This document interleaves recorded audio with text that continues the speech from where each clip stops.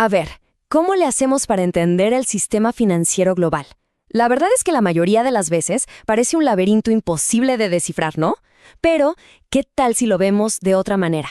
No como un simple sector, sino como un ecosistema, algo vivo y súper interconectado. Justo de eso vamos a hablar hoy, de una nueva forma de verlo, una arquitectura de 5 capas. Pensemos en esto como un mapa que nos va a mostrar cómo algo como un ciberataque o hasta el cambio climático puede terminar sacudiendo todo el sistema. Antes, quizás, un problema financiero podía contenerse en un solo lugar. Hoy, eso es simplemente imposible. El mundo financiero se parece muchísimo a esta red de autopistas. Es gigante, es compleja y está totalmente conectada. Un shock en una parte del sistema, ya sea tecnológico, ambiental o geopolítico, ya no es un evento aislado. No, ahora se propaga como en cascada, a través de sectores y fronteras, y de formas que apenas estamos empezando a entender. Esto hace que la gestión de riesgos tradicional, pues ya no sea suficiente.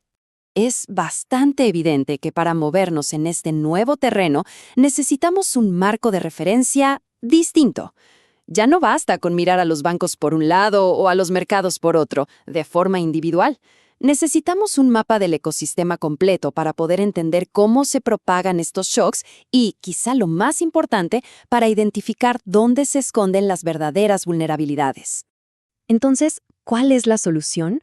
Bueno, este análisis, que sintetiza una investigación muy amplia, propone un cambio de perspectiva, ver las finanzas no como algo monolítico, sino como un ecosistema dinámico, compuesto por 5 capas diferentes, pero que dependen unas de otras. Vamos a explorarlas una por una. Empecemos por la base, ¿no? Por los cimientos. La capa 1 es la información. Para que quede claro, imaginen que esta es como el sistema nervioso de todo el ecosistema. Absolutamente todo se basa en la calidad, la integridad y la seguridad de los datos, desde los precios que vemos en una pantalla hasta la ciberseguridad que protege cada transacción. Si esta capa llega a fallar, si la información deja de ser confiable, bueno, la confianza se esfuma y toda la estructura se tambalea. Justo encima de esa base tenemos la capa 2, la infraestructura. Esta vendría a ser como la plomería del sistema. Son las redes, los cables, las plataformas, todo lo que mueve el dinero y los activos de un punto a otro. Hablamos de sistemas de pago, de mercados de capitales, de todo lo que permite que las transacciones realmente sucedan.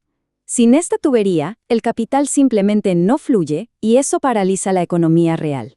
Ahora llegamos a la capa que quizás es la más dinámica y emocionante, la innovación. Esta es la frontera del cambio, donde tecnologías como la inteligencia artificial, las finanzas abiertas o incluso la computación cuántica están literalmente reescribiendo las reglas del juego. Cada nueva innovación abre la puerta a oportunidades enormes, pero claro, también a riesgos que antes ni siquiera nos habíamos imaginado. La cuarta capa es la integración. Aquí es donde el sistema financiero se conecta con el mundo real. Y no hablamos solo de flujos de capital o de divisas que cruzan fronteras.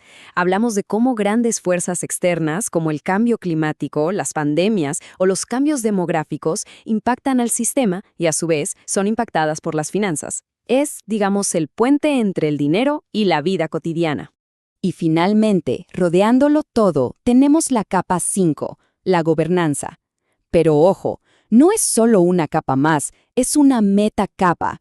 Es la arquitectura de reglas, de estándares y de cooperación internacional que define cómo funciona todo el ecosistema. La gobernanza es la que al final determina si el sistema puede absorber los golpes o si, por el contrario, los amplifica. Es la clave de la estabilidad. Muy bien, ya tenemos el mapa con sus 5 capas. Ahora vamos a ver cómo funciona esto en la práctica. ¿Qué pasa cuando ocurre un shock? ¿Cómo viaja a través de este ecosistema? Este ejemplo ilustra la interconexión de una forma brillante. Imaginemos un ciberataque, o sea, un problema en la capa de información. Esto no se queda ahí. Puede de repente tumbar sistemas de pago críticos, afectando directamente la capa de infraestructura. ¿Y qué pasa después? Inmediatamente, las empresas ya no pueden pagar a sus proveedores, lo que crea una crisis de liquidez que se riega por toda la economía. Un solo evento en una capa y se desata una reacción en cadena en las demás. Para que esto no se quede solo en teoría, veamos el sector energético. Es un ejemplo perfecto de esta exposición sistémica. Pensemos en los ciberataques a sus redes de distribución, un riesgo clarísimo en la capa de información. Esto se conecta de forma directa con su dependencia de las plataformas de comercio de materias primas, que son un pilar de la infraestructura. Al mismo tiempo, la innovación introduce nuevos riesgos con cosas como los mercados de carbono tokenizados, mientras que la integración lo expone a la volatilidad global de los precios. Y por encima de todo, la gobernanza presiona con nuevas exigencias de sostenibilidad, como los informes ASG. Es un ecosistema de riesgos en sí mismo. Pero esta interconexión no solo transmite amenazas. De hecho, y este es un punto crucial, también crea oportunidades muy poderosas. Resulta que los mayores riesgos a menudo esconden las mayores áreas de crecimiento. Miren esta dualidad. El cambio climático, que es un riesgo sistémico que golpea la capa de integración, pone a prueba a economías enteras. Pero, al mismo tiempo, esa misma presión está generando un auge sin precedentes en las finanzas verdes, o sea, inversiones en proyectos sostenibles y en soluciones que buscan construir resiliencia, es decir, la capacidad de recuperarse de los golpes. El riesgo y la oportunidad son en realidad dos caras de la misma moneda. Esta cita lo resume a la perfección. Las fronteras para el crecimiento y la innovación a menudo se encuentran precisamente dentro de los mayores desafíos que tiene el sistema. Donde hay un problema sistémico, hay un mercado esperando a ser creado para poder resolverlo. Hablemos ahora de la capa que lo amarra todo. Ya vimos que la gobernanza es fundamental, pero es hora de entender por qué es el factor decisivo para la salud de todo el ecosistema. Es que la gobernanza no es un actor más en el escenario, es el escenario mismo. Es la estructura que define las reglas del juego. Una gobernanza fuerte, basada en la cooperación, permite que el sistema absorba los golpes. Por otro lado, una gobernanza débil o fragmentada solo amplifica los riesgos, permitiendo que se propaguen sin ningún control. ¿Y qué significa una buena gobernanza? Pues se basa en pilares como la transparencia, que genera la confianza necesaria para operar, la convergencia de reglas, para que nadie pueda explotar los vacíos legales entre países, y una fuerte coordinación internacional. Todo esto, claro, con un enfoque en la sostenibilidad a largo plazo. Estos elementos son los que dan forma al entorno en el que operan todas las demás capas. Entonces, ¿cuál es la gran conclusión de todo este análisis? La idea principal es que necesitamos un cambio fundamental en la manera en que pensamos sobre la estabilidad y la resiliencia financiera. Y este es el cambio de paradigma. Ya no es suficiente con asegurarse de que los bancos de forma individual sean sólidos.